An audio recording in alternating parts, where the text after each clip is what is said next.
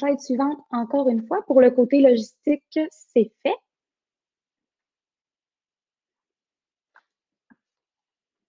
Alors, je me présente un peu plus en détail. Donc, mon nom, Amélie Boudreau. Je suis actuellement développeuse full stack chez Nexa.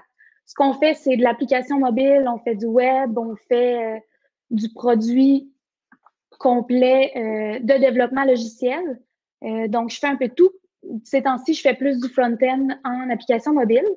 J'aime beaucoup ce que je fais, mais je suis aussi beaucoup impliquée dans la communauté avec un organisme, le Code des filles, qui est pour la relève étudiante. Je suis en train de terminer mon baccalauréat en génie logiciel. Puis à l'université aussi, j'ai beaucoup été impliquée dans toutes sortes de choses. Donc, pour moi, le GDG, c'était la suite logique. Puis, je suis bien heureuse de faire partie de l'organisation de tout ça. Donc, je vais laisser la parole à Olivier pour se présenter. Bonjour tout le monde, moi c'est Olivier Monroe, je suis directeur de compte chez SCA Cloud Expert. On est un partenaire premier avec Google. Donc, ça fait environ un petit peu plus d'une dizaine d'années que la compagnie existe, est basée à Montréal. On développe, dans le fond, le côté Québec aussi. Là. Moi, je suis basé à Québec, donc je m'occupe là, de tout le secteur de l'Est de Drummondville, si on veut. Donc, on va couvrir en majorité là, tous les produits Google.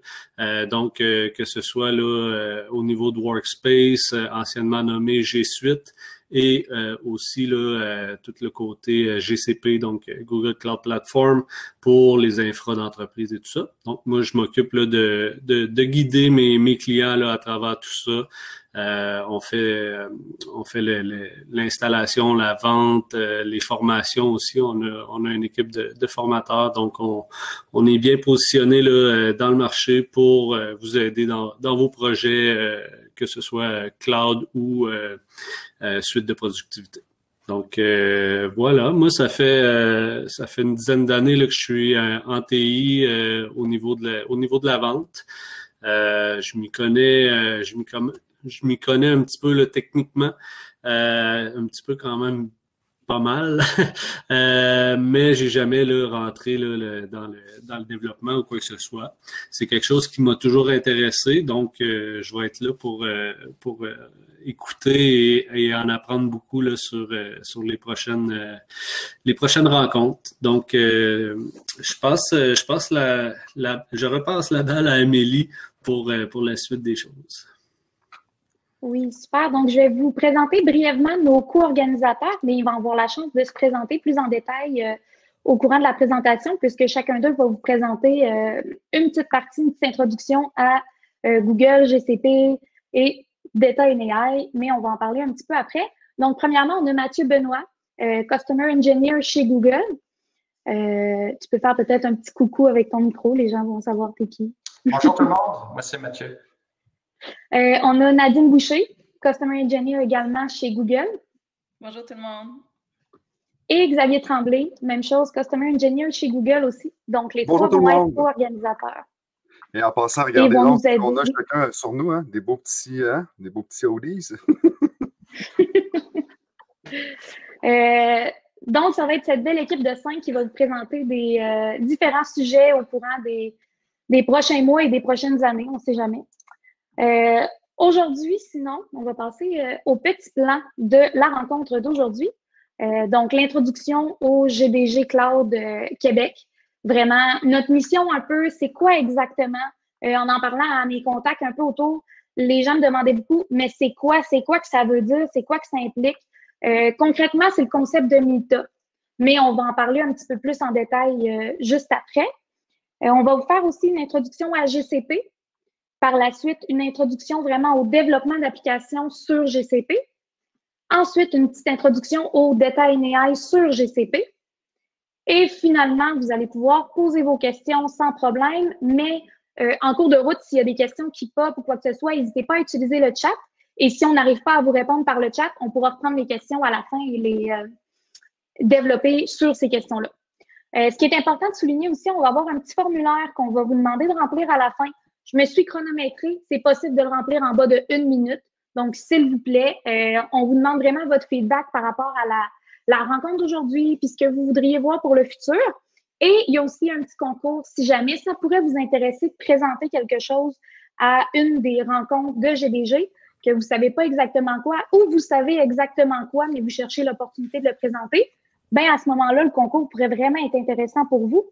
On va en parler un petit peu plus en détail plus tard, mais je vous invite à rester attentifs. Si vous devez quitter avant la fin, on va vous partager le formulaire sur les réseaux, donc vous pourrez le remplir quand même plus tard. Donc, je vais passer la parole à mon collègue Olivier qui va vous en dire un petit peu plus sur la mission et c'est quoi exactement le GDG Cloud Québec. Yes, merci Amélie. Au niveau du GDG, on s'est fait poser là, en partageant sur nos réseaux personnels, c'est quoi un GDG, qu'est-ce que vous faites avec ça? Donc, on tenait là, à vous partager un petit peu là, qu'est-ce que l'expérience GDG, pour ceux qui connaissent pas. Ceux qui connaissent, ben ça va être un refresh.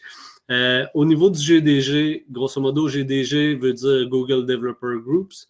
C'est un programme qui est créé par Google, qui est destiné à aider les communautés là, de développeurs, que ce soit au niveau du web, au niveau cloud, AI, ML, donc intelligence artificielle, puis le machine learning. Puis ce que va proposer le GDG, ça va être au niveau là, de créer des événements, faire grandir professionnellement là, les attendees, là, ceux qui vont venir aux présentations, là, voir un petit peu du contenu ciblé sur les nouvelles technologies, sur les formations en ligne qui peuvent être données, des choses comme ça.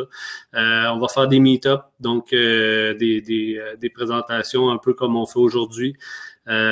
Puis aussi, là, ça vous donne des opportunités de réseautage, d'en connaître un petit peu plus sur les entreprises de Québec là, qui touchent un environnement semblable au vôtre.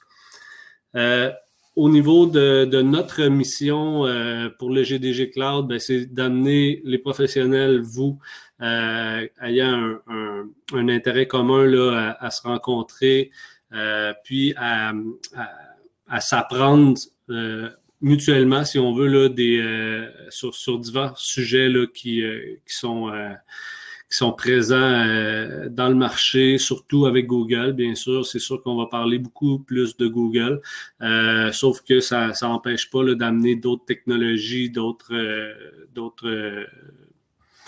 choses intéressantes à discuter. Puis, une autre mission là, va être de développer les compétences et participer au développement des compétences de la communauté. Donc, ce qu'on va rechercher, là, c'est vraiment un environnement par la communauté, pour la communauté. Donc, on tient à ce qu'il y ait une discussion à travers vraiment tous les intervenants, un petit peu le pourquoi là, qu'on a ouvert les caméras, on va vouloir vous jaser à la fin, voir un petit peu vous êtes qui, quelles sont vos questions, quels sont vos intérêts. Donc, la seule exigence qu'on a, c'est d'avoir envie d'apprendre, de partager, être intéressé par le cloud et aussi là, par le développement logiciel. Donc, être intéressé par la technologie, c'est l'exigence primaire.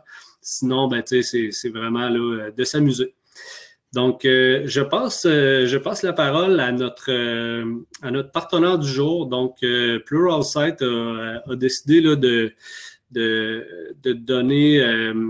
je vais laisser Ziad là, faire l'annonce, mais ont décidé là, de nous faire gracieuseté de quelques... je vais laisser Ziad y aller. Ziad, je peux te laisser te présenter aussi. Là, on est toujours mieux servi que par soi-même, donc je te laisse y aller. Merci Olivier, merci tout le monde. Bienvenue au GDG Cloud Québec. Mon nom est Ziad. Moi je suis basé à Montréal, mais je suis avec Pluralsight.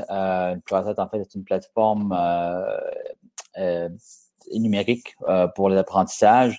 Donc, quand tout le monde sait que les technologies poussent les entreprises à accélérer leur transformation digitale, et c'est d'autant plus vrai aujourd'hui. Donc, c'est dans toutes les industries. Mais les technologies évoluent tellement rapidement que des Google, ça commence à prendre le marché également. Et donc, du coup, il devient de plus en plus difficile de rester à jour, même soi-même, là. Donc, c'est de là que Pluralsight a été créé il y a 15 ans par des développeurs, justement. Donc, je voyais qu'il y avait un bon lien avec le groupe ici. Et donc, comme je disais, c'est vraiment une plateforme numérique là, ayant un impact sur l'apprentissage, le développement de la compétence et surtout la motivation. Parce que bon, apprendre une nouvelle technologie, c'est pas toujours le fun, mais on veut rendre ça un peu plus dynamique. Donc, c'est là la plateforme. Donc, notre partenariat avec Google Cloud, c'est vraiment, nous, on a des auteurs de Google qui ont créé du contenu et qu'on nous, on publie sur notre site. Et donc, vous, en tant qu'individu, vous pouvez aller sur le site, consommer tout ce qui est GCP là, au niveau AI, ML, tout ce que les organisateurs vont parler aujourd'hui. Et puis, le beau c'est que vous pouvez le faire à votre propre rythme. Vous pouvez le faire en mode offline. Vous pouvez également vous auto-évaluer. Vous pouvez faire des tests de assessment pour dire, bon, mais dans mon Google Cloud AI, c'est quoi mon niveau de compétence? Et de là, ben, vous pouvez voir comment vous pouvez vous améliorer. Donc, bien sûr, on a un engine AI dans notre plateforme qui permet effectivement de mieux vous connaître et de vous donner le bon pas, si vous voulez, pour vous améliorer. Et donc, à la fin de l'événement aujourd'hui, il y aura des chanceux qui vont pouvoir avoir une subscription annuelle gratuite, donc pour 12 mois. Vous allez pouvoir aller voir du contenu, non seulement de Google, mais de toutes les autres clouds, mais aussi tout ce qui est DevOps, sécurité. Écoute, on a 7500 cours dans notre plateforme, donc ça nous fera plaisir d'entendre également vos feedbacks par la suite. Donc, je retourne la parole aux organisateurs et puis bonne séance à tous. Merci. Merci beaucoup, Ziad. Merci encore pour les licences. Je pense que ça va être des super cadeaux pour les chanceux. Pour la suite, je vais passer la parole à Xavier Tremblay, un de nos co-organisateurs. Bonjour, tout le monde m'entend bien? Thumbs up? Oui, super. Donc, moi, c'est Xavier. En passant, Olivier, t'es allé trop vite. Reviens-moi en arrière. Donc, moi, c'est Xavier. Je suis un CE comme Nadine et Mathieu. Et moi, je couvre plus l'aspect gouvernement, santé et université. Aujourd'hui, je vous fais une intro Google en passant un petit bet à l'intérieur de notre équipe interne, disant que je vais sûrement buster ma limite de temps. Donc, je vais être capable. Je suis correct. Je peux régler ça en 20 minutes. Je suis convaincu. Après ça, je verrai si les autres vont être capables de réussir aussi. Donc, introduction Google. Après ça, je vais vous parler un peu d'infrastructure. Et après ça, ben, je vais laisser la parole à Mathieu et Olivier. Olivier, mais Nadine. Donc, Google, tout le monde nous connaît comme étant un moteur de recherche. Et vous avez raison, c'est comme ça qu'on a commencé. En tout cas, moi, je me rappelle quand j'étais jeune que j'utilisais AltaVista. Je ne sais pas si des gens qui savent c'est quoi. Et tout d'un coup, ben, il y a un Google qui est apparu. Puis lui aussi, il arrivait à indexer puis à donner mes recherches mais encore plus rapidement. Dans le temps, ça prend une couple de secondes. Maintenant, on est rendu à des dixièmes de secondes avant de donner les résultats. Donc, effectivement, on a Google qui est un moteur de recherche, mais vous devez garder en tête aussi qu'on est Maps, on est Waze, on est YouTube, on est Gmail et bien d'autres services. Qu'est-ce que ces services-là ou ces solutions-là ont en commun? C'est des services qui ont des milliards d'utilisateurs, plus d'1 milliard, et qui sont présents globalement à travers le monde et qui utilisent l'info nuagique pour arriver à se faire consommer par les utilisateurs. Donc, ce que ça a fait en sorte, Olivier, next slide, c'est que pour arriver à offrir ça aux gens, non, l'autre d'après, on a dû construire une infrastructure, peut-être trop vite, une infrastructure, non, un step out. Merci. Une infrastructure qui est globale. Et en passant, quand je parle d'infrastructure, je ne parle pas juste de serveurs et de réseaux. Je vais parler d'autres choses aussi. Donc, bien sûr, on a des réseaux, comme je vais vous montrer tantôt, qui sont globaux à travers le monde. On a plein de serveurs. By the way, c'est très orienté container en passant. Puis, depuis 2003 qu'on va en parler, mais ça, Mathieu, vous en discutez tantôt. Et aussi, on a mis en place des services pour gérer les BD, les données. Pas juste des BD, mais des données. Des lacs de données aussi pour arriver à faire l'analyse, comme des trucs comme BigQuery, que peut-être que Nadine va vous parler tantôt. Et aussi des moteurs d'intelligence artificielle, de traduction. Donc, tous ces services-là qu'on a développés, c'est un peu ça qu'on essaie de faire chez GCP.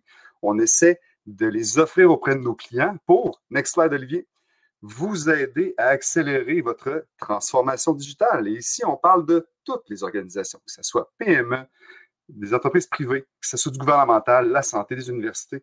Comme vous voulez, nous, on est là pour aider ces organisations-là à accélérer leur transformation digitale et revoir un peu comment ils font des affaires et de faire de l'innovation, et là, c'est important, en utilisant la donnée. La donnée, pour nous, c'est super important.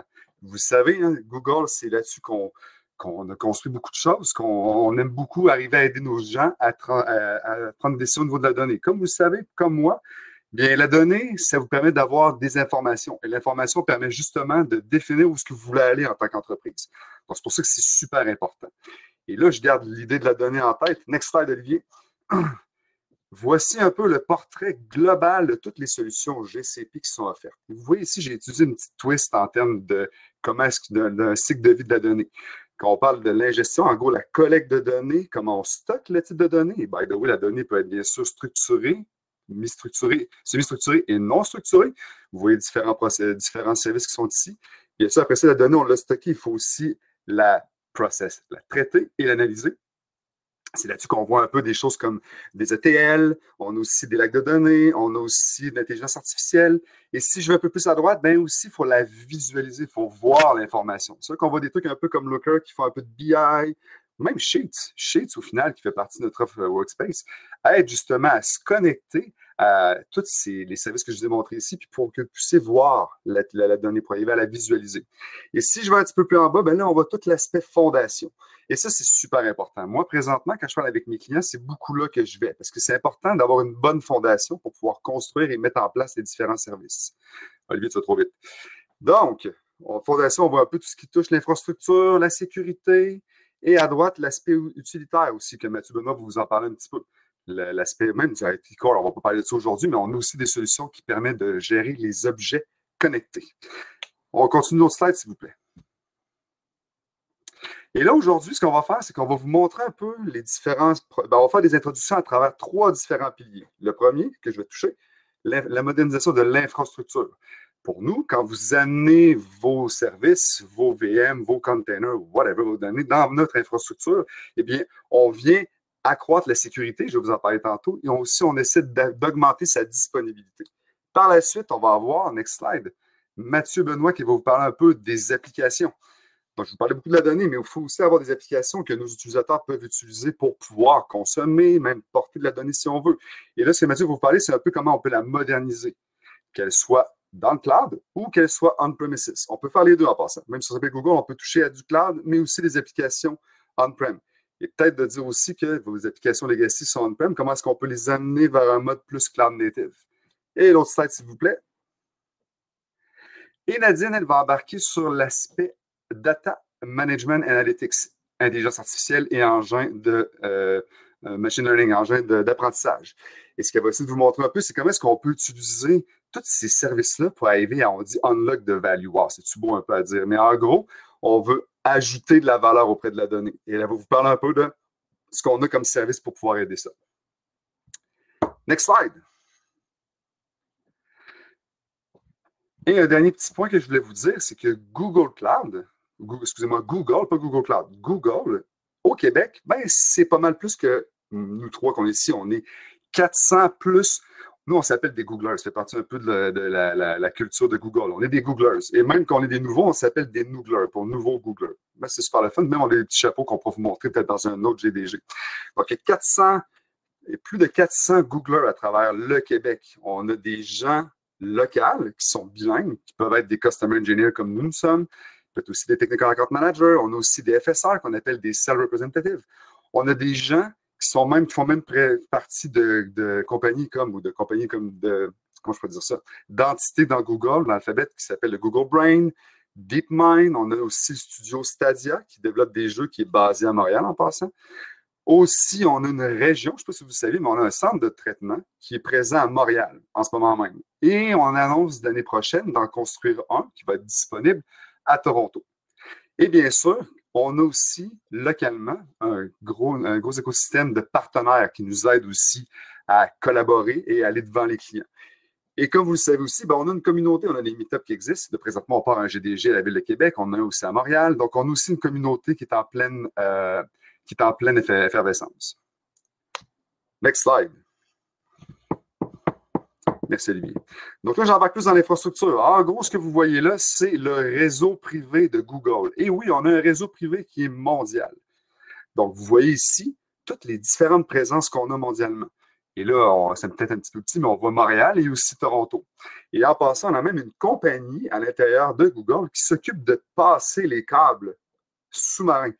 Donc, effectivement, on a des câbles qui passent à travers l'océan Pacifique et l'océan Atlantique. Et l'objectif ici, c'est que quand vous vous connectez avec notre cloud, vous avez accès à ce réseau qui est mondial, qui est privé à Google.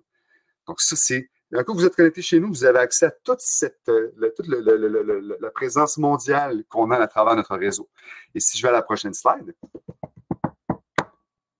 c'est là qu'on voit toutes les régions, les points de présence. Si vous voulez faire du CDN, on a plein d'endroits à travers le monde pour arriver à faire le caching, finalement, au niveau du CDN, pour offrir une bonne performance pour que vos clients, s'ils sont distribués mondialement, puissent avoir une bonne performance pour accéder à votre contenu. Je prends le numéro 81, Dedicated Interconnect Location. En gros, chez nous, on utilise le principe d'interconnect pour arriver à se connecter sur le Google Cloud. Et on a deux types. On a le interconnect dédié, qui est directement avec nous, ou via des partenaires. Et je ne sais pas s'il y en a d'entre vous qui connaissent aussi Azure et AWS, mais en gros, c'est la même chose qu'un ExpressRoute ou qu'un Direct Connect, juste pour vous dire. On a des zones. En passant, ce que je voulais vous dire, c'est que quand nous, on crée une zone chez Google, ça vient avec quand on crée une région, ça vient avec 3 zones de disponibilité. Ça, c'est de base. Quand on crée une région, ça vient avec 3 zones. Très bon point à garder en tête. Si je continue, aussi, un point important que je vais amener, c'est que nous, chez nous, Google, on croit beaucoup à l'environnement. Et on est en ce moment même le plus grand consommateur, on est le plus grand, la compagnie qui achète le plus ou qui participe le plus à des projets d'énergie renouvelable. Et ce qu'on a réussi à faire avec ça, c'est qu'on a réussi à faire en sorte que tout le carbone qu'on a émis dans l'atmosphère depuis le début de Google, maintenant, on est rendu kiff. En gros, on a participé, on possède assez de projets qui utilisent l'énergie renouvelable qu'on est maintenant à niveau. Et là, nous, ce qu'on s'est donné comme objectif de compagnie, c'est que d'ici 2030, 24 heures sur 24, 7 jours sur 7, on va opérer tous nos centres de traitement avec de l'énergie renouvelable, donc du carbon-free energy. Et ce que vous voyez à droite ici, c'est un diagramme vert où ça dit que pendant une année complète, on a un data center qui roulait, quand c'est vert, 100% carbon-free, énergie renouvelable. Et quand vous voyez un petit peu de gris, c'est parce que ça arrive des fois qu'on n'a pas accès au soleil tout le temps avec dans 24. Vous voyez ici en gris quand est-ce qu'on a consommé de l'énergie avec du carbone. Et en passant, il y a une raison pourquoi on vient à Montréal. C'est que Google considère l'hydroélectricité comme une énergie renouvelable. Donc, c'est pour ça qu'il y a de l'investissement pour créer un data center à Québec, au Québec. Petite chose à garder en tête. Donc, en gros, ce que j'essaie de vous dire, c'est que si vous venez avec nous, vous contribuez d'une certaine façon à aider l'environnement. Une autre slide. Un point hyper important quand les gens parlent de cloud, c'est l'aspect sécurité. Ce que je veux partager avec vous, puis comme je l'ai dit au début, on possède des services qui sont utilisés par des milliards d'utilisateurs globalement. Vous comprenez que ça amène comme désavantage qu'il y a beaucoup de monde qui essaie de nous hacker, d'arriver à pénétrer nos zones de sécurité. Donc, nous, ce qu'on a mis en place, puis en passant, si vous venez avec nous, vous utilisez aussi la même philosophie, c'est que nous, on fait du trust nothing. Qu'est-ce que ça veut dire? C'est qu'on ne fait confiance à rien. Si je vais à l'autre slide, c'est que ça montre que quand vous avez une infrastructure comme la nôtre, on divise le tout par, on appelle ça des layers, des tranches, des niveaux. Que ce soit au niveau hardware, qui est notre hardware à nous, par passant. C'est développé par nous, puis on a même mis en place des mécanismes de sécurité intégrés avec notre hardware. C'est au niveau des services, l'identité, la donnée, opération, réseau. Toutes ces différentes tranches-là, ces différents niveaux-là, ont une sécurité propre à elles. Je prends le réseau. Nous, en gros, c'est pas parce qu'on est dans le réseau on-prem qu'on fait confiance. Non, non, non, non. On divise, on segmente. Donc ça l'accroît le niveau de sécurité. Et si je continue au niveau de la sécurité, comme je vous ai dit, on a même des équipes dédiées qui s'occupent à juste ça, qui s'occupent à s'assurer qu'on trouve les failles de sécurité avant les autres. Et qu'on s'assure aussi qu'on ne peut pas pénétrer dans notre zone de sécurité. Et là, je continue. En gros, on a été le premier, merci Olivier, tu me donnes du rythme, c'est bon. On a été les premiers à offrir l'encryption par défaut in transit et at rest. Et en passant, si vous désirez être vous-même les propriétaires de la clé de chiffrement, on a aussi un KMS qui existe pour gérer les clés. Donc, je vous dirais que ça fait le tour au niveau, next slide s'il te plaît, au niveau de introduction et infrastructure. Bien sûr, si vous voulez plus d'informations, ça va me faire plaisir de partager davantage au niveau de l'infrastructure. Ça fait partie de mon métier. Donc, Mathieu, à toi. Super, merci. Bonjour à toutes et à tous. Merci Xavier pour cet overview, cette introduction à GCP. Petite parenthèse, on a activé, pendant qu'on parlait, l'onglet Q&A. Donc, c'est maintenant activé pour poser les questions. N'hésitez pas à utiliser ça ou le chat, comme vous êtes le plus à l'aise. À la fin, on le redit, mais il y aura la possibilité de parler au micro si vous le souhaitez. Et Zayad, il y a une question pour toi sur Pluralsight. On pourra la prendre à la fin, mais si tu veux y répondre dans le chat, ça serait apprécié. Donc, bonjour à toutes et à tous. Moi, c'est Mathieu Benoît. Je travaille à Google comme Xavier et Nadine. Et je suis content aujourd'hui d'être présent dans ce GDG, l'ouverture de ce GDG avec deux personnes très, très motivées, Amélie et Olivier. Merci pour tout ça. Aujourd'hui, moi, je vais parler de la partie modernisation d'applications. Donc, tu pourrais aller sur la prochaine slide, s'il te plaît, Olivier. En fait, le volet des développeurs et de la modernisation d'applications va être un petit peu en trois volets. Il y a la partie « je suis un développeur »,« je suis une développeuse ». Et ce n'est pas forcément des applications web, ça peut être aussi du data engineer, data scientist. Donc, des gens qui écrivent du code, qui prennent des données en entrée, qui en donnent en sortie. Donc, ce concept de je produis du code et je dois ajouter de la valeur ajoutée très rapidement pour mes utilisateurs finaux dans les solutions qu'on vend dans notre entreprise ou que mes utilisateurs ont besoin. Il va y avoir la bulle métier, donc très orientée, orientation de la compagnie, de votre compagnie, de la solution, du projet, des services, des applications, qui vont permettre d'être alignés avec les besoins, la priorisation, la roadmap, etc. Donc, qui va permettre d'aider dans encore une idée de priorisation des développements. Et on va avoir la troisième partie qui est très importante, c'est toute la partie opérationnalisation. Donc, tout ce qui est comment j'automatise, comment j'aide au contrôle, comment j'aide à la sécurité, à la gouvernance et à faciliter que les développeurs puissent s'exprimer, créer des choses et qu'on puisse les développer et les déployer en production, encore une fois, de façon sécuritaire. Donc, sur la prochaine, à cette date, on va pouvoir aller un petit peu plus en détail là-dessus. Côté Google Cloud, il y a beaucoup d'outils qui, en fait, simplifient et qui abstraient toute l'infrastructure. En tant que développeur, je n'ai pas envie de perdre de temps, je n'ai pas envie de contrôler ou d'avoir à gérer des serveurs et des choses comme ça. Donc, si on regarde la bulle du milieu, c'est la partie compute. Encore une fois, j'ai du code qui roule, que je sois un data scientist, data engineer ou un développeur web d'API, d'application. Et je roule ça quelque part. Maintenant, j'aimerais déjà simplifier ce déploiement-là. Et deuxièmement, j'aimerais consommer des services pré-packagés qui pourraient répondre à mes besoins. Par exemple, si on parle du machine learning ou des services cognitifs, services de traduction, services de reconnaissance vocale, reconnaissance d'images, de vidéos. Donc, consommer des services que, par exemple, la plateforme comme Google a déjà construit pour moi et qui vont m'aider dans mes besoins. Bien sûr, je peux avoir plus de contrôle, avoir mes data scientists qui font mes modèles machine learning chez moi, mais je vais utiliser par exemple aussi des databases, donc des bases de données pour stocker les données, pour les lire, du data warehouse avec BigQuery que Xavier évoquait il y a quelques minutes, le messaging pour communiquer de façon sécuritaire et contrôlée entre les différents services, etc., etc. Donc le but, on voit sur cette acétate, c'est je veux être flexible et agile. Alors on va aller un petit peu plus en détail. Sur aussi une autre vision qui est le contrôle à gauche. Je veux plus de contrôle, je veux avoir accès à l'infrastructure. Et à droite, la notion de serverless où je veux pas avoir ça, je veux juste contrôler mon code et ma fonction. Donc, c'est la notion de serverless. Google Cloud est né premièrement avec App Engine où l'idée était de mettre du code dans une plateforme qui va gérer beaucoup de choses pour moi. La sécurité, le déploiement, les rolling out, les canaries, la sécurité autour de ça. Donc, c'était et c'est encore existant et c'est facile pour déployer le code que je vais écrire dans différents langages. À l'autre extrémité, Compute Engine, les VM, Virtual Machine, étaient arrivés après, où là, j'ai plus de contrôle. Je vais avoir plus de choix dans le système d'exploitation que je vais utiliser, Linux, Windows et autres.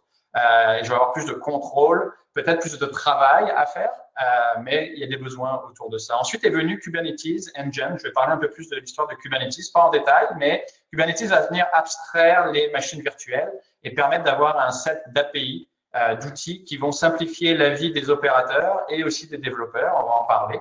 Ensuite, on a eu, donc Olivier, parfait, merci, la Cloud Function, où il y a un besoin de, je veux juste déployer mon code Python, mon code Java, mon code .NET, dans une fonction qui vient en mode serverless. J'ai un événement en entrée, je fais mon code, je paye pour ça pendant que ça roule et je fais la sortie. Donc, c'est ce concept-là, avec encore une fois de l'aide sur la plateforme pour simplifier et abstraire toute la plateforme qui est derrière.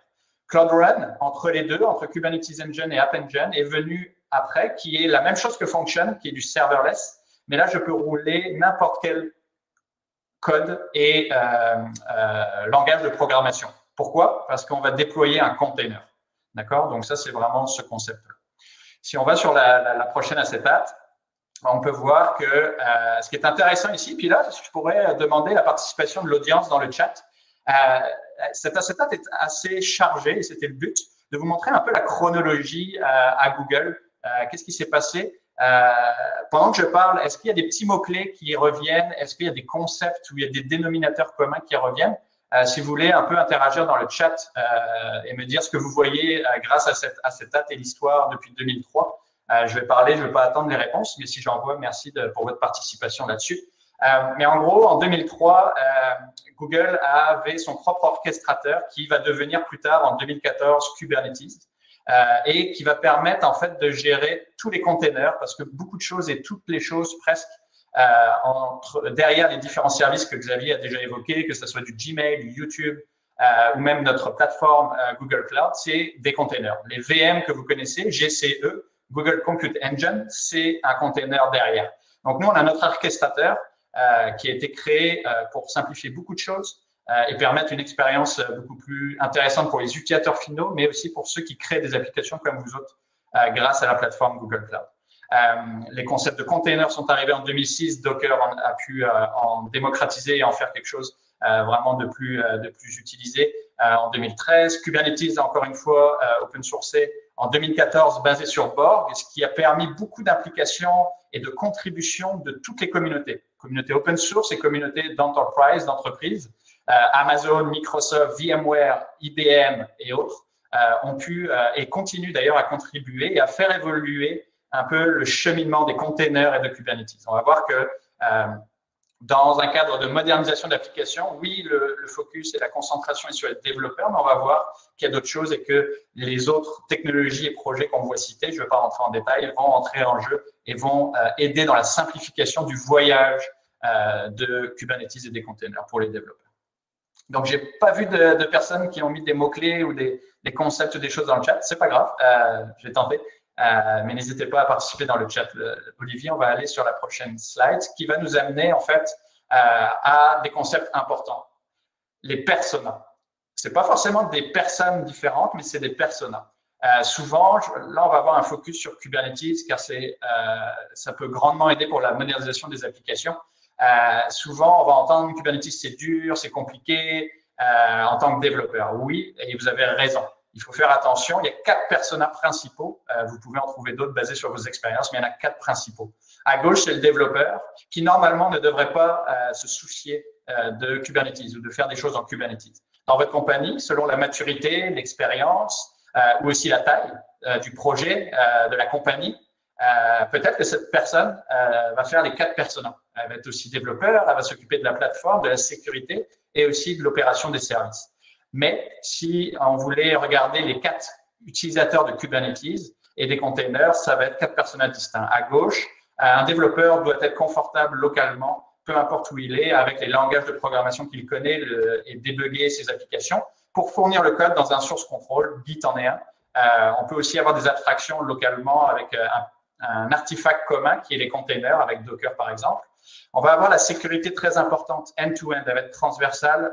Il va être transversal, ce persona, qui va être scanner le source control, donc le code source, mais aussi les artefacts qui peuvent être des containers, mais qui peuvent être des paquets Java, des paquets .NET ou autres, Python, Node.js, mais aussi avec des artefacts plus de configuration as code, infrastructure as code, et avoir des scannings aussi là-dessus, des bonnes pratiques sur l'architecture. Et on va voir qu'il va y avoir un lien avec l'admin des plateformes.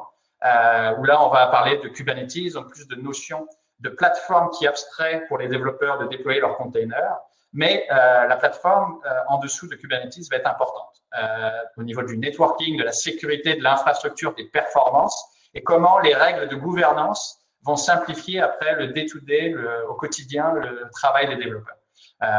Terraform aussi, l'infrastructure as code peut être très importante pour l'automatiser et encore garantir beaucoup de compliance, de gouvernance autour de ça. Un quatrième persona, des fois moins bien connu, on parle souvent de monitoring dans un DevOps, avoir la boucle qui tourne avec des feedbacks des clients, avec l'utilisation.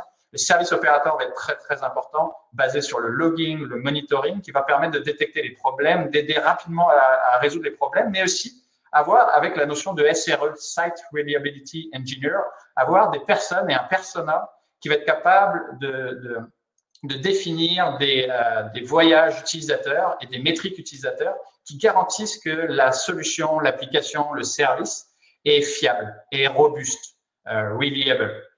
Donc, ça va permettre d'avoir des métriques là-dessus et de donner les bonnes pratiques de comment mes microservices, mes containers, mes applications interagissent de façon robuste, fiable, etc., etc. Donc, on va aller sur la prochaine étape, s'il te plaît, Olivier. Et ici, on va avoir aussi la notion d'automatisation. J'en ai déjà parlé avec Config as Code, Security as Code, Infrastructure as Code. Mais tout ce pipeline, encore une fois, transversal à tous les personas. Je pars du code, je fais de l'intégration continue et du déploiement continu et du monitoring en continu. On va voir sur la prochaine slide un peu plus en détail. Ici, les développeurs, encore une fois, l'expérience. Là, c'est une image animée. En fait, j'ai un lien qui vous donnera des démonstrations que vous pourriez utiliser gratuitement avec un compte Google Cloud. Mais en gros, l'expérience ici est dans un shell, Cloud Shell, donc une expérience web, mais il pourrait être locale, où je suis développeur, je suis capable de déployer, de coder mon Python, Java, Node.js, Java.NET, etc. Mais je suis capable de débugger, aussi d'utiliser des outils qui vont me permettre de rapidement regarder, par exemple, si je veux utiliser Kubernetes localement avec un Minikube. Donc, l'intégration avec l'environnement de développement intégré, très importante pour la rapidité, l'aisance et puis la simplicité surtout. C'est ça qu'il faut focuser sur les développeurs. Si je veux des accès dans le cloud, je peux travailler avec l'équipe de plateforme qui va me donner des accès de bac à sable, comme on peut appeler.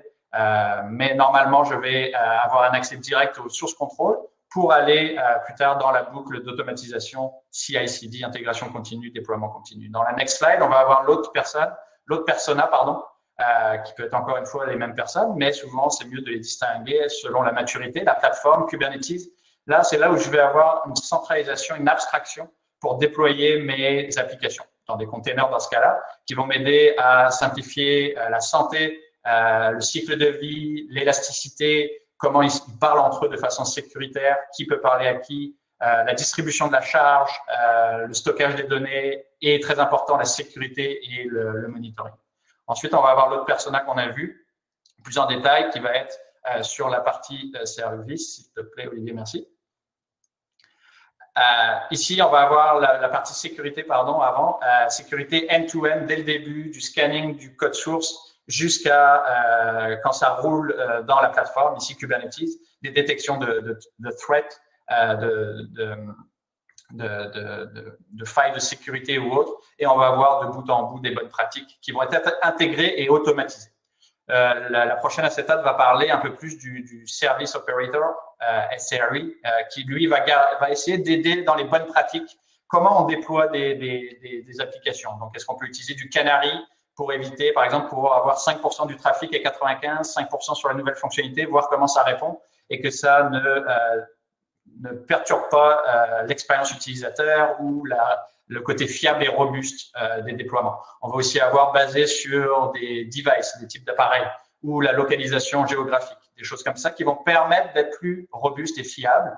Et bien entendu, tout ce qui est l'observabilité, le monitoring, le logging, pour avoir des métriques et être capable de définir certaines métriques sur l'utilisation des applications par nos utilisateurs, mais aussi pour être capable de débugger très rapidement, détecter les problèmes, mettre des alertes et garantir que tout le monde puisse collaborer quand il y a des problèmes. Parce que des problèmes, ça arrive et il faut les gérer. On va voir sur la prochaine slide qui est en fait l'acétate finale.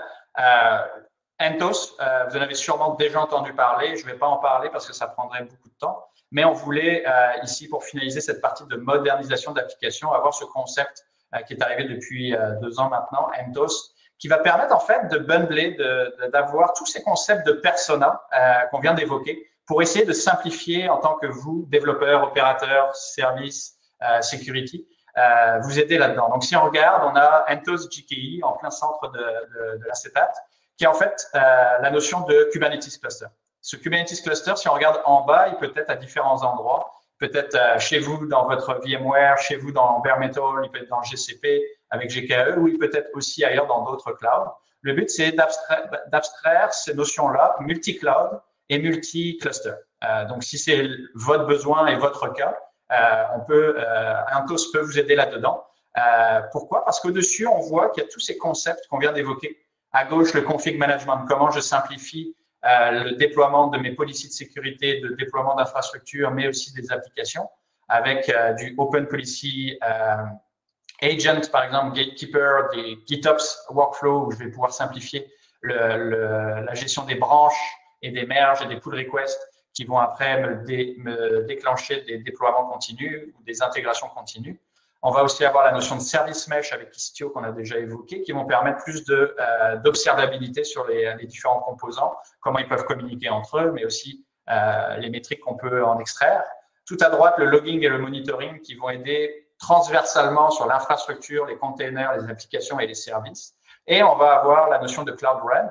Cloud Run qu'on a déjà évoqué dans l'une des targets que vous pouvez avoir, mais Cloud Run peut rouler aussi sur du Kubernetes avec Knative, un projet open source. Donc, tout ça pour simplifier encore la vie des 4 personas qu'on a vus. Le développeur, le service operator, le plateforme admin et les développeurs.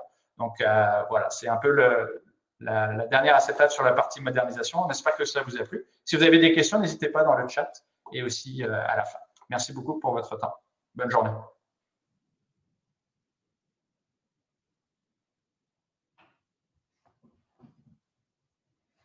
OK. Est-ce qu'il y a des questions ou je débute? Je pense qu'on peut y aller. On va faire les questions le plus vers la fin, probablement, à moins que... Je pense que Mathieu a été quand même très clair, comme vous aviez dit. On peut y aller. OK. Bon, bien, parfait. C'est que donc, je vais commencer. Mon nom, c'est Nadine Boucher. Donc, je suis également un CI, mais moi, je me focus là, principalement sur tout ce qui est relié aux données et à l'analytique. Donc, si on passe à la prochaine slide.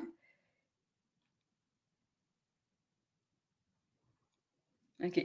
C'est que si on remet un peu de l'information qui a été mentionnée par Xavier et Mathieu, mais je l'ai remis en début parce que c'est très important. Puis je voulais surtout comme remettre en question si vous avez n'importe quel besoin relié à vos données. Mais dans le fond, Google, ça devrait être un no-brainer, comme on dit. Le cloud et l'analytique fait partie de l'ADN de Google.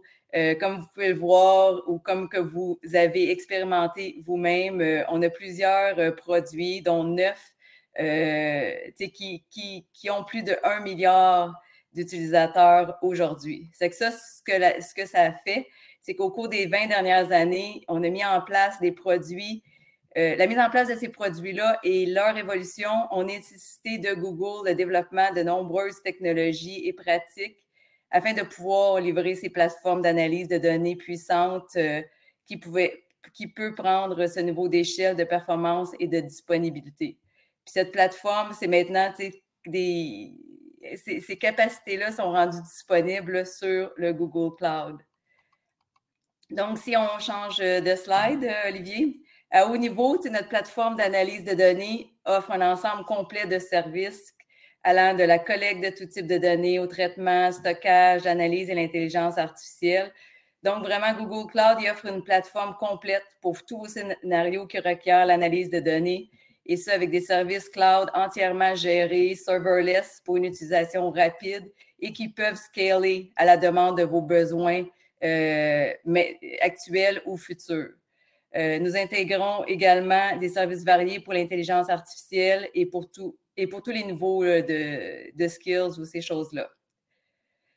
Donc, si on change de slide, avant de couvrir les différents services analytiques et AML offerts sur la plateforme de Google Cloud, je veux prendre un step back et parler un peu de l'évolution de la stratégie de données et de l'analytique dans les entreprises. Naturellement, chaque entreprise a des besoins, contraintes, capacités d'exécution qui varient, mais de façon générale, l'évolution que nous avons observée et observons toujours à travers le monde dans les différentes industries, c'est qu'il n'y a pas si longtemps, et c'est encore le cas pour certaines de nos entreprises, l'entreprise utilisait ce que nous appelons l'entreposage de données traditionnel. Puis, il y a eu l'introduction des technologies Hadoop, Data Lake, pour pouvoir stocker à grande échelle tout type de format de données. Ensuite, au fil du temps, certaines entreprises ont voulu accéder à plus de données et pouvoir prendre des décisions basées sur ces données en temps quasi réel. C'est alors que le streaming est arrivé avec Kafka, etc. Okay? Donc, de sorte que maintenant, si on change de slide, de sorte que maintenant, si on regarde à quoi ressemble le blueprint d'une plateforme analytique, c'est ce que vous voyez sur cette slide-ci. Okay? C'est que la slide représente ou illustre le blueprint qui n'est pas spécifique à Google. C'est vraiment de façon générale et globale. C'est les différentes capacités, fonctionnalités qui sont mises en place afin d'avoir une plateforme analytique qui répond aux besoins d'affaires d'aujourd'hui. Selon votre secteur d'activité, votre domaine ou encore vos cas d'utilisation, que vous allez devoir collecter tout type de données pouvant être pertinents pour vos analyses de données. Vous devez pouvoir les traiter, les stocker, ces informations dans le bon repository et vous ferez vous ferez ce choix-là selon le type d'utilisation, d'interaction et d'analyse que vous devez faire sur ces données-là pour que, ultimement, vous puissiez prendre des décisions basées sur de l'information concrète et utile pour votre business. OK? Donc, si on passe à la slide suivante, là, vous allez voir le mapping du blueprint de cette illustration-là avec les capabilities de ce qui est disponible dans le Google Cloud Platform. Donc, vous pouvez voir, comme aujourd'hui, malheureusement, on n'a pas le temps de passer à travers chacune de ces composantes-là, mais j'aimerais tout de même prendre quelques minutes pour parler de BigQuery, qui est notre Enterprise Data Warehouse pour le workload de type analytique, et parler de ses fonctionnalités relativement uniques. OK? À haut niveau, BigQuery, c'est notre Enterprise Data Warehouse, comme j'ai mentionné. C'est un service entièrement géré dont vous n'avez pas besoin de vous préoccuper de l'infrastructure. Et il est aussi serverless. Donc, le storage et le compute sont séparés, ce qui permet de pouvoir facilement scaler et croître votre storage ou compute de façon indépendante. Okay? Vous n'avez pas à vous soucier des limitations de l'infrastructure. Vous pouvez évoluer sans aucun souci, vous concentrer sur l'analyse de vos données, ce qui est évidemment un gros avantage par rapport aux Enterprise Data Warehouse qu'on retrouve on-prem. Okay? Avec BigQuery, vous pouvez également ingérer vos données en quasi-temps réel afin d'obtenir un accès quasi instantané à vos données. Okay? Cette capacité, c'est très utile dans l'industrie des télécoms ou des services financiers où souvent il est essentiel de pouvoir obtenir l'information en temps réel. Des capacités, BigQuery a aussi des capacités de machine learning qui sont intégrées. Nous appelons cela du BigQuery ML. C'est que de façon sommaire, ce que ça veut dire, c'est que ça vous permet de créer, d'exécuter des modèles de machine learning dans BigQuery à l'aide de requêtes SQL standard. OK? BigQuery prend en charge plusieurs types de modèles tels que la régression linéaire, logistique binaire, multiclass, clustering, les time series, etc. Puis, pour les rapports et les tableaux de bord, BigQ comprend également un moteur BI en mémoire pour vous offrir une expérience interaction plus performante avec vos rapports et tableaux de bord. OK? Et si on va un peu plus dans le détail, donc, Olivier, si on passe à la slide suivante, vous avez un peu un visuel pour illustrer pourquoi BigQuery peut scaler sans aucun problème. Donc, c'est vraiment à cause de son architecture où le compute est séparé du storage. Donc, de façon générale, le storage croît généralement plus vite que le compute. Donc, cette séparation vous permet de croître le storage sans problème et indépendamment de votre compute. Et lorsque vous avez besoin des données pour les différentes requêtes que vous avez besoin de faire, l'infrastructure serverless de BigQuery va aller chercher ces données-là et l'apporter en mémoire afin d'exécuter vos requêtes sur les données. OK? Cette séparation vous permet également de mieux maîtriser vos coûts. La performance de BigQuery est vraiment assurée par le Petabit Network là, que vous voyez sur la slide qui est appelé Shuffle Tier. C'est que dans le fond, ce que vous pouvez penser à Shuffle comme un moyen d'obtenir dynamiquement les données, de les charger en mémoire, comme j'ai mentionné, et de les emmener sur le Compute Node afin de vous donner l'impression que tout est vraiment co-localisé, donc en vous donnant la performance que vous avez de besoin. OK? Donc, si on passe à la slide suivante, maintenant, on va parler un peu plus des différentes capacités d'intelligence artificielle qui sont disponibles sur la plateforme Google Cloud. OK? C'est qu'informellement, on regroupe un peu les différentes capacités en 3 catégories qui sont basées un peu selon l'expertise et les niveaux d'effort requis pour utiliser ces capacités-là. La première catégorie à gauche requiert peu d'expertise en machine learning, comme les machine learning modèles ont déjà été faits par les data scientists de Google avec nos données. On parle ici, par exemple, de nos API de Vision pour la reconnaissance visuelle, Natural Language afin d'extraire du contenu non structuré du texte, tel que des entités clés comme des personnes, des places, ces choses-là.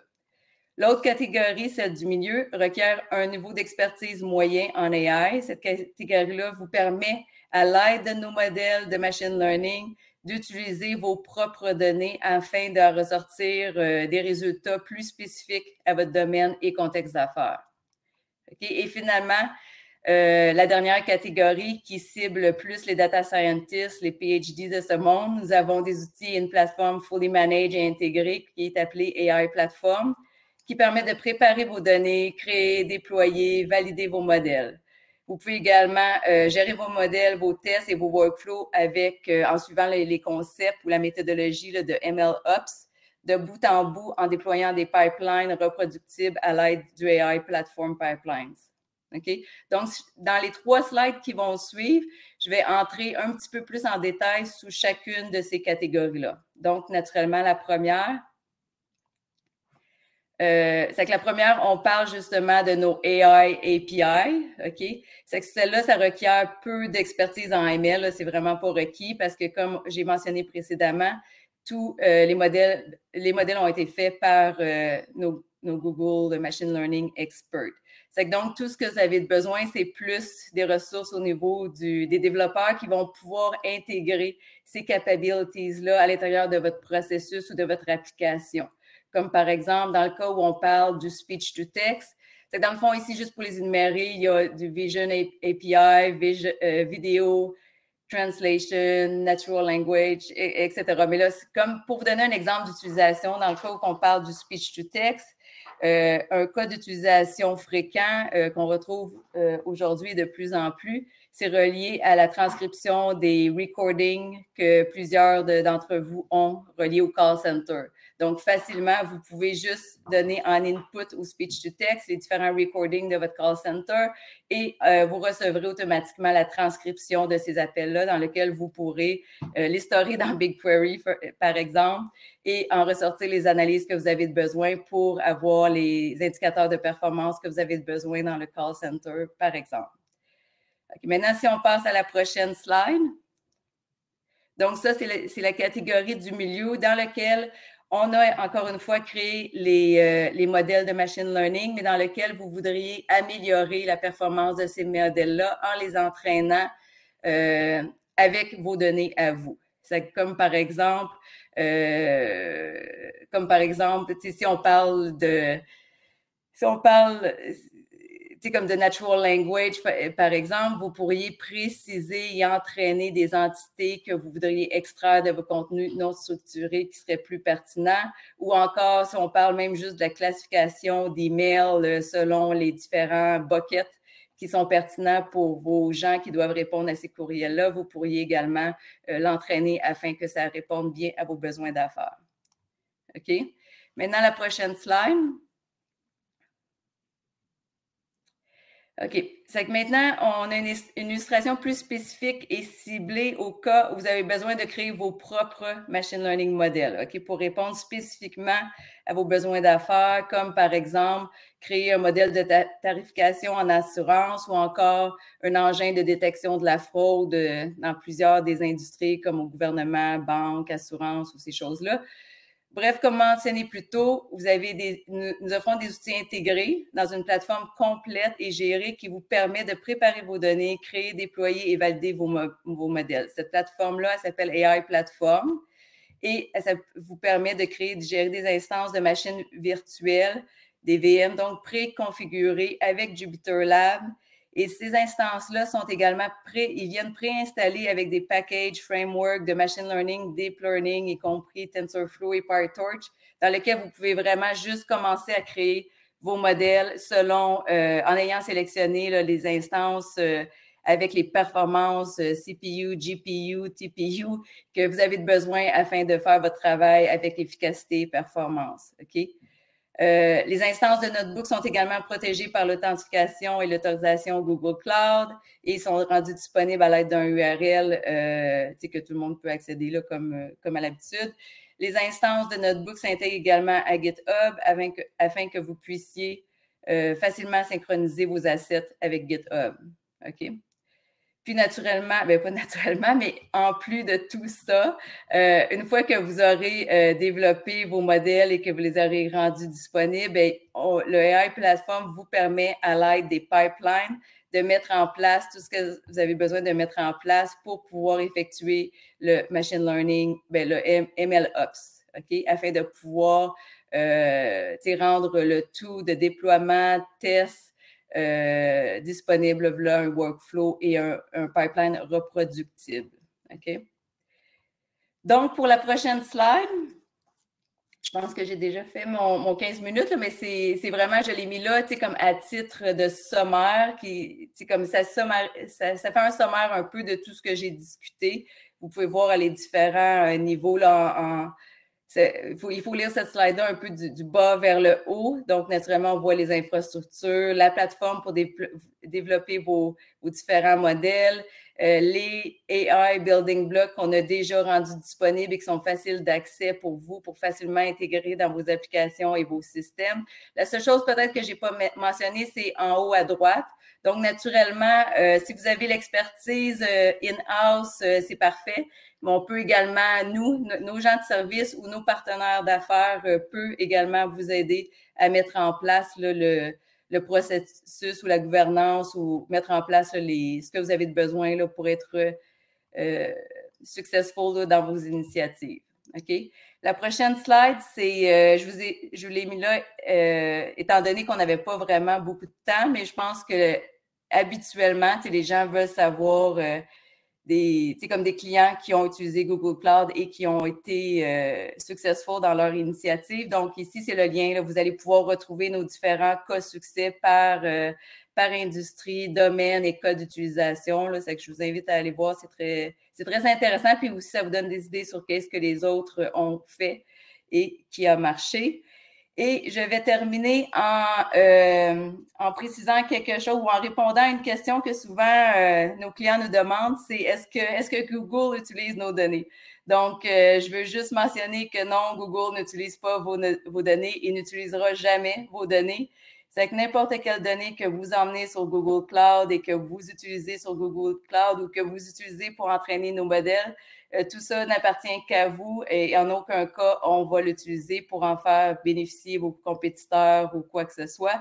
En fait, c'est notre obligation. C'est notre obligation de nous assurer que vos données sont sécuritairement protégées sur notre plateforme et qu'aucune autre personne que vous y aura accès.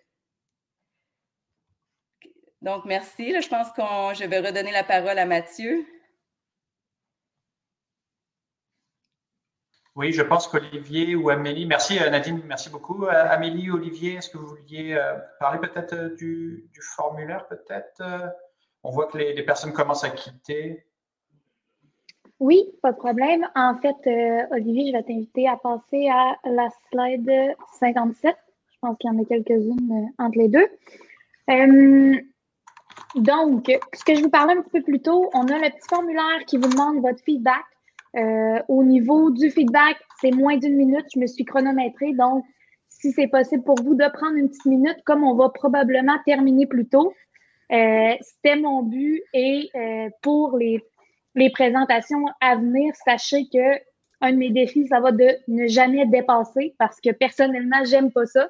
Donc, on va toujours s'assurer de rester dans les temps. Au niveau du formulaire, vous avez le petit QR code qui est juste là. Sinon, on a posté le lien dans le chat un petit peu plus haut.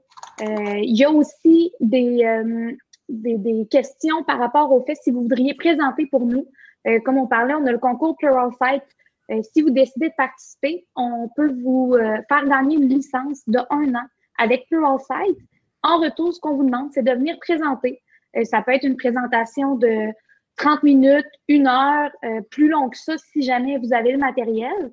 Donc, après ça, on pourrait échanger avec vous, mais de venir présenter ce que vous avez fait un petit peu avec cette licence-là, ce que vous avez appris, etc. On peut adapter le public aussi selon le niveau de compétence de la présentation. Donc, on vous invite vraiment à participer au concours. C'est une belle opportunité. Et en même temps, si vous avez d'autres présentations que vous voudriez refaire, il va y avoir également un espace dans le questionnaire pour nous communiquer. Fait que je remercie encore Ziad pour les 5 licences qui nous ont offertes par Pluralsight. Merci beaucoup Nadine, Mathieu, Xavier. C'est vraiment de l'information en vrac. On les a timeboxés beaucoup pour qu'ils nous fournissent le plus d'informations possible pour vous donner aussi une idée de ce que vous voudriez voir. Donc là, peut-être qu'il y a des mots-clés qui vous ont allumé quelque chose, que vous dites « ouais, ça, j'aimerais en voir plus ». Donc, n'hésitez pas à l'écrire dans le formulaire qu'on vous envoie, dans le chat directement, poser des questions. Le but, c'est vraiment d'avoir du matériel, puis après, nous, on va s'occuper d'aller chercher l'expertise et les connaissances pour vous feeder puis vous donner ce que vous avez envie de voir puis envie d'entendre.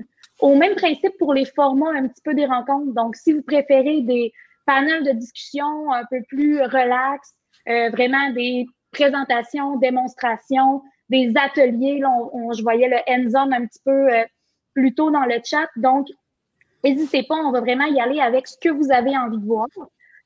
Puis, bien sûr, on a la possibilité d'aller vraiment en détail dans tout ce qui est technologie associée à Google, mais on est ouvert à toute autre chose si vous êtes intéressé parce qu'on veut vraiment que ce soit présenté pour vous directement. Donc, n'hésitez pas à nous communiquer ce que vous avez envie qu'on vous parle dans les prochains mois. Sinon, je vous représente une dernière fois le formulaire. Si vous pouvez prendre une petite minute pour le remplir, ça nous ferait énormément plaisir. Et je pense qu'on pourrait passer à la période de questions.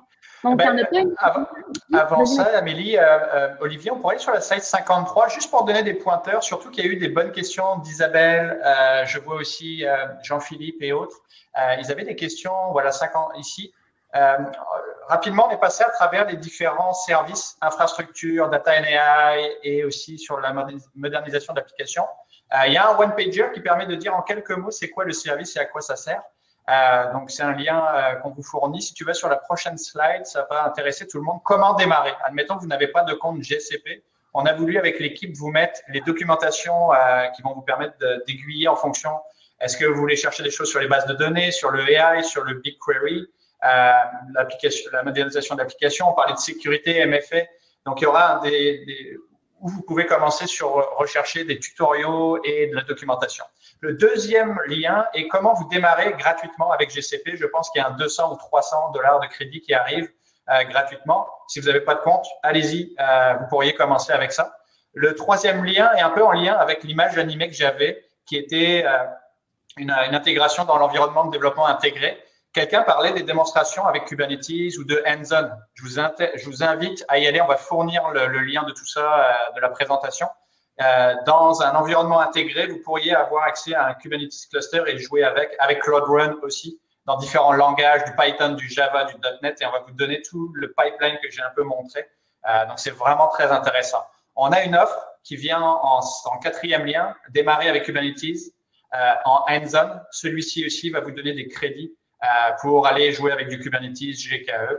On a aussi une sandbox pour les CentOS développeurs. Là, il faut déjà avoir un compte Google et vous pourriez avoir une sandbox pendant 30 jours gratuitement. Nadine a voulu vous partager le Google AI blog aussi. et le Smart Analytics Reference. J'aimerais pour notamment Isabelle, oui Isabelle, on va partager le document avec vous autres. La vidéo aussi à la fin. On va veiller à ce que tout le monde ait les liens plus tard, après la session. Si tu vas sur la prochaine slide, Olivier, ça va peut-être intéresser des questions que Isabelle a posées et d'autres personnes. On a aussi, vous savez qu'en temps de Covid, il y a aussi des programmes de formation pour les entreprises. Alors, Pluralsight, merci encore Zayed pour ça, parce que ça peut aider les personnes de la communauté en entreprise ou de façon personnelle à faire du training, de la formation.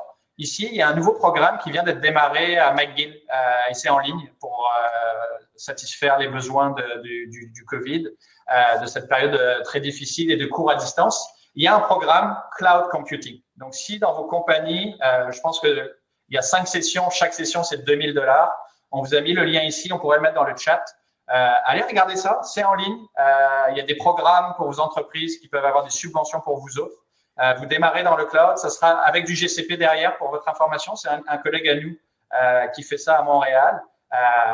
C'est un bon lien pour vous pour aller chercher des capacités dans le cloud, le AI, etc.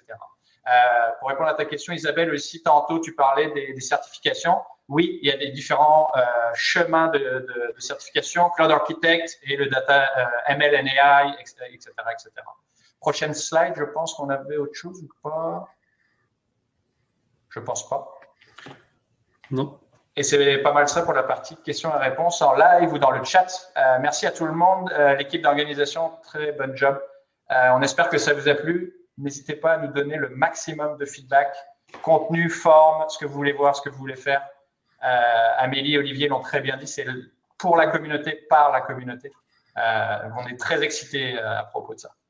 Puis moi, je tiens à mentionner aussi là, que n'hésitez pas à nous contacter, soit par LinkedIn ou par quelques moyens que ce soit. Là, si vous avez des questions, si vous avez besoin d'aide, on va être là pour vous aider. Comme on disait, là, c'est vraiment, on veut partager avec vous nos connaissances, on veut que vous partagiez vos connaissances avec nous aussi. Fait que n'hésitez pas à nous contacter pour quoi que ce soit. On va être là pour vous. Donc, si jamais il y en a qui ont des questions ou qui voulaient rester jaser d'un sujet en particulier, sinon la présentation serait pas mal terminée. Donc, on vous libère pour les quelques minutes qui restaient, mais on va rester encore les 5 là, s'il y en a qui ont des questions, des commentaires ou quoi que ce soit. Sinon, encore une fois, je vous invite à aller remplir le petit formulaire qu'on vous a partagé. Je vais remettre le lien dans le chat tout de suite après là, pour ceux qui savent plus il est où dans le chat et dans la slide. Mais sinon, je vous souhaite une excellente fin de journée. Puis avant de quitter, je me permets, parce qu'on peut laisser un peu de temps si ça va à tout le monde, 30 personnes encore. Si vous n'hésitez pas, je vois 2 questions. Merci Jean-Philippe pour tes questions et aux autres personnes. Tu demandais à quel fréquence. Je t'arrête 2 secondes. Je vais arrêter l'enregistrement. Fait comme ça, si le monde veut mettre la caméra ou quoi que ce soit, là, ils vont se sentir un petit peu plus libres. Merci. J'arrête l'enregistrement maintenant. Très bonne idée, Olivier. Jean-Philippe, tu demandais à quelle fréquence